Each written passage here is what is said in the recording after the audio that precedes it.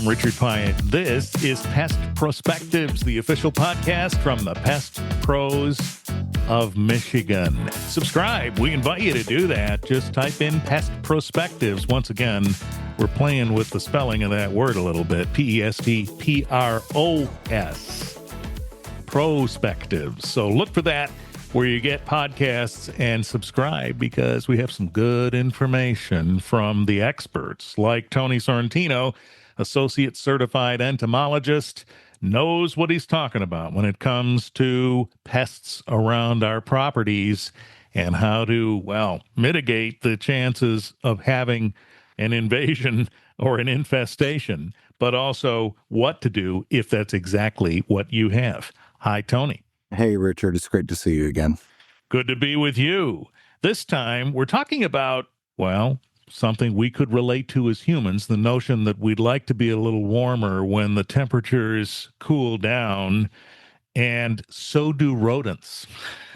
In fact, they love cozy spaces. So when the temperatures start to cool, or maybe even before that, might be a good time to consider around your property whether or not there are some attractive places, some cozy spots for a rodent to come and hunker down for the cold weather months.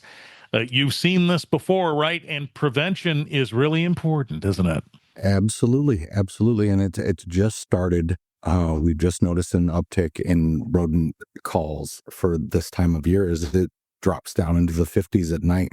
We really see mass migration of rodents, rats, mice, squirrels. So the whole gamut of structure invading rodents are looking for someplace to hole up. Yeah, here in Michigan, we are talking at the time of this recording around the early fall. So we have had a little bit of lower temperatures at night. And they start to realize I better start looking for a cozy space.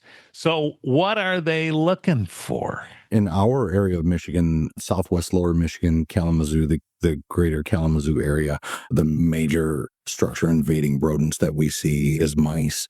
You'll see urine staining and levels of high infestation. You'll see fecal matter deposited. Mice do two things, and that's eat a lot, and they also deposit fecal matter readily all day long. That's all they do.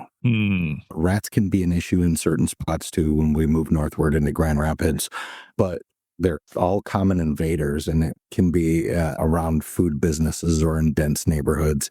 You'll see high levels of rodent activity or higher levels of rodent activity. But that doesn't mean that if you live in the country, you're safe either, because, well, that's where they're coming from. So again, they're food motivated. Yes, sir. Yeah. Absolutely. And shelter. Well, so that was the next thing I was going to say. They're food motivated, so they're looking for something to eat, and then they're looking for a place to reside. So the food thing is one item, but then the things they might be looking for as a cozy spot, what are they looking for so we can start considering whether or not we have those spots in our property? Mice are adept at finding structural vulnerabilities, gaps, cracks, crevices. Holes as small as a 1/4 inch could allow for, I know that's tiny. I have a drill bit and that I carry around in my truck, so that shows you what a 1/4 inch hole is. Their skeletal structure is almost entirely elastic, and so they can just mash their little bodies down and squeeze in there. Rats and squirrels are the same basic body composition, just a little bit larger. So it's like 5/8 of an inch for a hole for a rat or a small red squirrel to be able to squeeze its body to. But if they can't fit their body through effectively, they're rodents. Their teeth never stop growing. So they're very likely to gnaw that opening out to make their entryway and make sure that they can get in there. And they're looking for the spots behind the insulation. If you got that cellulose insulation in your attic or bat insulation, the fiberglass insulation, they're looking for their prey. They're bottom of the food chain. So they are looking for someplace to hide.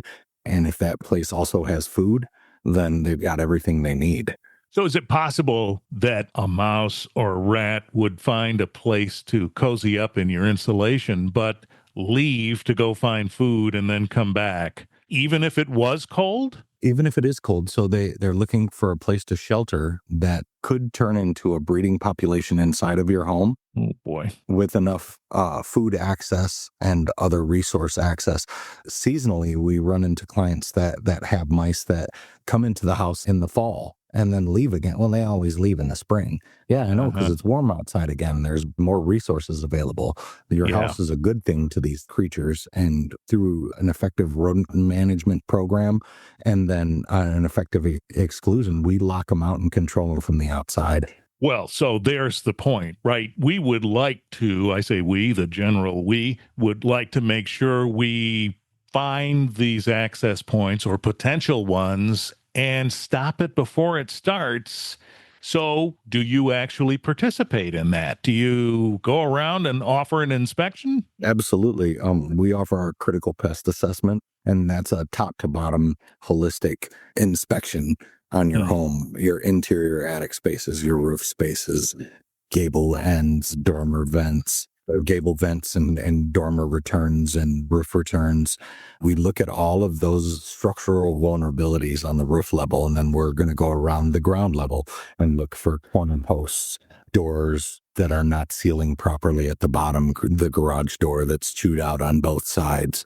All those are telltale signs that the rodents have been here. And once they've been there, they deposit micro droplets of urine and body oil called sebum on the entry point. And it's like a flashing neon light to these rodents. And when other rodents come back, which is inevitably what's going to happen in nature, no niche goes underexploited. It says that they're going to come back. And when they repopulate, they're going to notice that flashing neon light that says Richard's house is a good spot. We can come over here. There's a spot right here where we can get in. And so our role then is to create an effective treatment program that controls rodent and nuisance structure invading pest activity, because our real goal is to give you a pest-free environment inside your home. Boy, they don't even need Google Maps or Apple Maps. They just remember where to go. Pheromones, man. It's crazy. How do they work? Yeah, well, they work pretty well, I guess, if they keep finding their way back. So you're most often going to a property after some signs have been discovered. Is that true? Yeah, well, typically people aren't calling around unless they're hearing noises in the walls or they're seeing evidence in their homes or they've got a chewed up loaf of bread. There's multiple contributing factors that help people develop a rodent infestation in their home. One could be your bird feeders are too close to the outside, and Nana likes to have the black oil seed for the starlings and the pigeons that come and eat by her house. The mice like those too. So does squirrels. You want to have a rodent infestation. That's how you'll get it. All right. Maybe we ought to consider doing what a friend of mine did and put a bird camera in the back of the yard. Yep. Way back in the corner, and then you can Yeah, watch it on live stream. that's exactly what they do. And it's far away from the house. So if the squirrel or the mouse manages to climb up there, it's not near your property, or at least it's not as close as it could be. So the rodent issue generally becomes something on your radar after some of the signs are there. But I suppose someone might call you, right, and say, just walk around my house and tell me what you see. Could I be vulnerable? Absolutely. That's a structural site audit. Even if you think that there is no structural vulnerabilities on your house, I bet you I could go around with gap measuring tools to determine rodent entry points. And if I can fit that tool in there, it determines that that's a structural vulnerability. Hmm. And I could walk around my own home and show you structural vulnerabilities.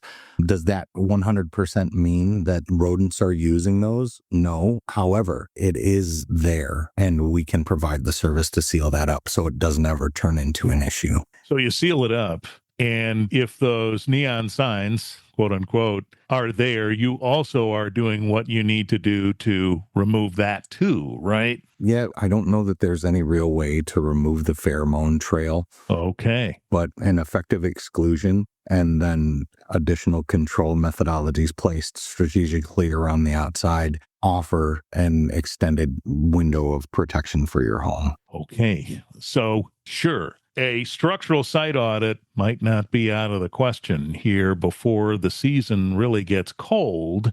And you might want to have someone like Tony with the purview of an associate certified entomologist to spot those areas that could be vulnerabilities, or certainly if you have some infestation or a place where the neon signs are flashing for those rodents already, they can come up with a solution to put a stop to that. Rodents love cozy places just like we do, and we tend not to share those spaces if we can manage not to do that. So ask the pest pros of Michigan about that. Whether you want critical pest inspection or that structural site audit, just click through from the show notes to the Pest Pros website and make the call or send the online alert, and Tony and the team will be ready to respond. Thanks, Tony Sorrentino, for this episode. Thanks, Richard. Pest Perspectives. Look for it where you get podcasts. Click subscribe and check out our other episodes from the Pest Pros of Michigan.